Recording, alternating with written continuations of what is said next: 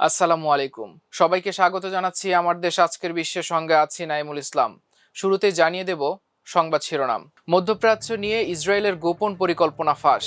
ইরাকে গোপনে সামরিক ঘাঁটি বানিয়েছে ইসরায়েল। হরমুজ প্রণালীতে নতুন নিয়ম চালু করল ইরান। বিশ্ব শান্তির সবচেয়ে বড় হুমকি যুক্তরাষ্ট্র বলল ইরান। মধ্যপ্রাচ্যের জলসীমায় যুদ্ধজাহাজ মোতায়েন করেছে ব্রিটেন। যুক্তরাষ্ট্রের আর্থিক সহায়তার ধার ধারছে না নেতানিয়াহু। দর্শক শুনছিলেন শিরোনাম, এবার জানিয়ে দিচ্ছি বিস্তারিত। মধ্যপ্রাচ্য নিয়ে ইসরায়েলের নীল নকশা ফাঁস করেছেন কাতারের সাবেক প্রধানমন্ত্রী ও পররাষ্ট্রমন্ত্রী Sheikh Hamad bin Jassim Al Thani. তিনি বলেন, ইরানের বিরুদ্ধে যুক্তরাষ্ট্র ইসরায়েলের যুদ্ধ কোনো আকস্মিক উত্তেজনার ফল নয়, এটি মধ্যপ্রাচ্যকে নতুনভাবে গড়ে তোলার দীর্ঘমেয়াদী ইসরায়েলি পরিকল্পনার চূড়ান্ত পরিণতি। সোমবার আল জাজিরার এক প্রতিবেদনে এ তথ্য জানানো হয়েছে। শেখ হামাদ বলেন, হরমুজ প্রণালীকে ঘিরে তৈরি হওয়া সংকটই সাম্প্রতিক যুদ্ধের সবচেয়ে বিপজ্জনক ফল। একই সঙ্গে তিনি ইসরায়েলের প্রধানমন্ত্রী বেনিয়ামিন নেতানিয়াহুর গ্রেটার ইসরায়েল গঠনের আকাঙ্ক্ষা নিয়ে উদ্বেগ প্রকাশ করেন এবং উপসাগরীয় অঞ্চলের জন্য একটি যৌথ প্রতিরক্ষা জোট গঠনের আহ্বান জানান। তিনি বলেন, আমরা এখন পুরো অঞ্চলের বড় ধরনের পুনর্গঠনের সাক্ষী হচ্ছি।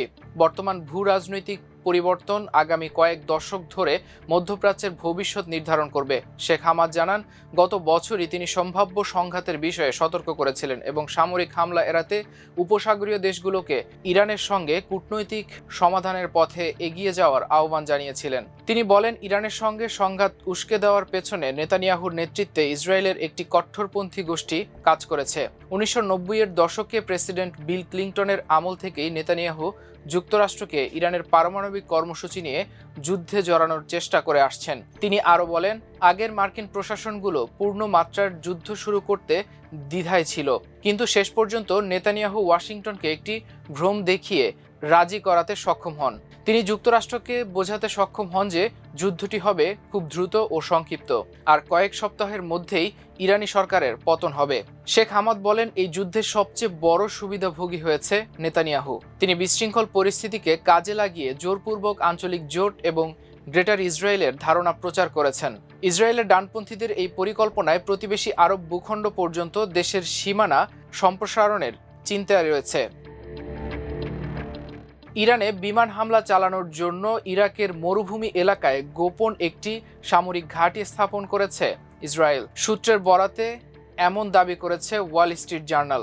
প্রতিবেদনে বলা হয়েছে, যুদ্ধ শুরুর কিছুদিন আগেই যুক্তরাষ্ট্রকে জানিয়েই ওই ঘাঁটিটি তৈরি করে দখলদার দেশটি। তবে এ বিষয়ে ইরাক সরকারের কোনো অনুমোদন বা তারা জানত কিনা তা নিশ্চিত নয় গণমাধ্যমটি। মার্চের শুরুতে এক রাখাল ওই এলাকায় সন্দেহজনক সামরিক তৎপরতা দেখতে পাওয়ার পর বিষয়টি ইরাকি কর্তৃপক্ষকে জানায়। পরে তদন্তে ইরাকি সেনারা ঘটনাস্থলের দিকে অগ্রসর হলে ইসরায়েলি বাহিনী বিমান হামলা চালায়। ওই হামলায় এক ইরাকি সেনা নিহত হন। এ ঘটনায় বাগদাদ সরকার তীব্র নিন্দা জানায়। জয়েন্ট অপারেশনস কমান্ডের উপপ্রধান কায়েস আল মুহাম্মদাবি বলেন, এই বেপরোয়া অভিযান কোনো ধরনের সমন্বয় বা অনুমোদন ছাড়াই পরিচালিত হয়েছে। প্রতিবেদনে আরও বলা হয়, ঘাঁটিটি ইসরায়েলি বিমান বাহিনীর লজিস্টিক হাব হিসেবে ব্যবহার করা হচ্ছিল, পাশাপাশি সেখানে অনুসন্ধান ও উদ্ধারকারী দলও মোতায়েন ছিল। মধ্যপ্রাচ্যের যুদ্ধ পরিস্থিতিকে কেন্দ্র করে যুক্তরাষ্ট্র ও ইরানের পাল্টাপাল্টি অবরোধের মধ্যেই কৌশলগতভাবে গুরুত্বপূর্ণ হরমুজ প্রণালী দিয়ে জাহাজ চলাচলের উপর নতুন বিধিনিষেধ আরোপ করেছে তেহরান। এখন থেকে এই জলপথ অতিক্রম করতে হলে জাহাজগুলোকে আগাম অনুমতি নেওয়ার পাশাপাশি নির্দিষ্ট হারে টোল বা ফি প্রদান করতে হবে। শিপিং পত্রিকা লয়েড লিস্ট জানায়, পার্সিয়ান গালফ স্টেট অথরিটি একটি নতুন কাঠামো প্রবর্তন করেছে। এর আওতায় ট্রানজিট অনুমোদনের জন্য জাহাজগুলোকে ভেসেল ইনফরমেশন ডিক্লারেশন নামক একটি ফর্ম পূরণ করতে হবে। এই ফর্মে 40টিরও বেশি প্রশ্ন রয়েছে, যেখানে জাহাজের মালিকানা, বীমা, ক্রু বা নাবিকদের বিস্তারিত তথ্য এবং প্রস্তাবিত রুট সম্পর্কে নিখুঁত তথ্য প্রদান বাধ্যতামূলক করা হয়েছে। এছাড়া জাহাজের বর্তমান ও পূর্বতন নাম, পরিচয় নম্বর, উৎপত্তিস্থল ও গন্তব্য এবং কার্গোর বিবরণও তেহরানকে জানাতে হবে।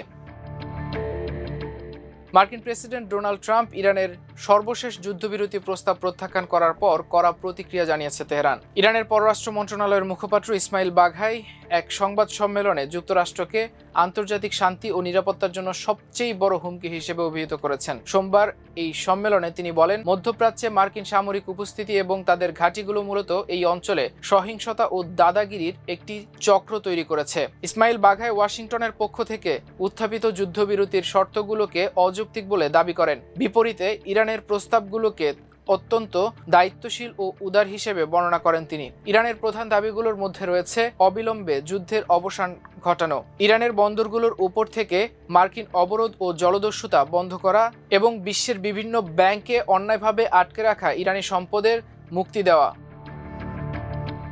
হরমুজ প্রণালী ইস্যুতে যুক্তরাষ্ট্র এবং ইরানের মধ্যে চলমান টানাপোড়েনের মধ্যেই মধ্যপ্রাচ্যে নিজেদের নৌবাহিনী জাহাজ HMS ড্রাগন মোতায়েন করেছে যুক্তরাজ্য।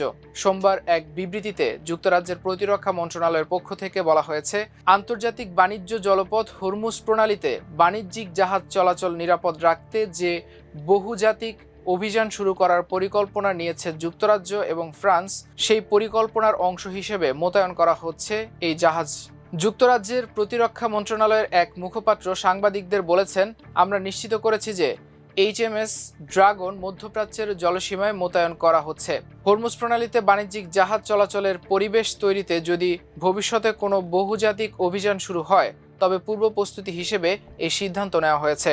আর HMS ড্রাগন মোতায়েনের মাধ্যমে বিশ্ববাসীকে আমরা এই বার্তা দিতে চাই যে হরমুজ প্রণালীতে বাণিজ্যিক জাহাজগুলোর মুক্ত চলাচলের অধিকার রক্ষা করতে যুক্তরাজ্য প্রস্তুত। দখলদার ইসরায়েলের প্রধানমন্ত্রী বেনিয়ামিন নেতানিয়াহু বলেছেন, আগামী 10 বছরের মধ্যে যুক্তরাষ্ট্রের সামরিক সহায়তার উপর নির্ভরশীলতা কমিয়ে আনতে চায় ইসরায়েল। মার্কিন সংবাদ মাধ্যম CBS নিউজকে দেওয়া এক সাক্ষাৎকারে নেতানিয়াহু বলেন, আমি চাই যুক্তরাষ্ট্রের আর্থিক সামরিক সহায়তা ধীরে ধীরে শূন্যে নামিয়ে আনা হোক। তিনি জানান, বর্তমানে ইসরায়েল বছরে প্রায় $3.8 বিলিয়ন সামরিক সহায়তা পায়। 2018 সাল থেকে 2028 সাল পর্যন্ত দেশটিকে মোট $38 বিলিয়ন সহায়তা দেওয়ার বিষয়ে ওয়াশিংটনের সঙ্গে চুক্তি রয়েছে। তবে নেতানিয়াহুর মতে যুক্তরাষ্ট্র ইসরায়েল আর্থিক সম্পর্ক নতুনভাবে পুনর্মূল্যায়নের সময় এসেছে, আর এখনই উপসাগরীয় রাষ্ট্রগুলোর সঙ্গে সম্পর্ক আরও জোরদারের প্রয়োজন। গাজা যুদ্ধ শুরুর পর যুক্তরাষ্ট্রে ইসরায়েলের প্রতি সমর্থন কমে গেছে বলেও প্রতিবেদনে উল্লেখ করা হয়। এক জরিপে দেখা গেছে যুক্তরাষ্ট্রের 60% মানুষের ইসরায়েল সম্পর্কে নেতিবাচক ধারণা রয়েছে। নেতানিয়াহু দাবি করেন, সামাজিক যোগাযোগ মাধ্যমে বিভিন্ন দেশের প্রভাব ও অপপ্রচারের কারণে ইসরায়েলের ভাবমূর্তি ক্ষতিগ্রস্ত হয়েছে। ইরান প্রসঙ্গে তিনি বলেন, যদি ইরানের বর্তমান সরকার দুর্বল বা পতন হয়, তাহলে হিজবুল্লাহ, হামাস এবং হুতিদের মতো গোষ্ঠীগুলোর পতন হতে পারে। এ সময় তার কাছে জানতে চাওয়া হয়, ইরানের সরকারকে উৎখাত করা সম্ভব কিনা। উত্তরে নেতানিয়াহু বলেন, সম্ভব, তবে নিশ্চিত না।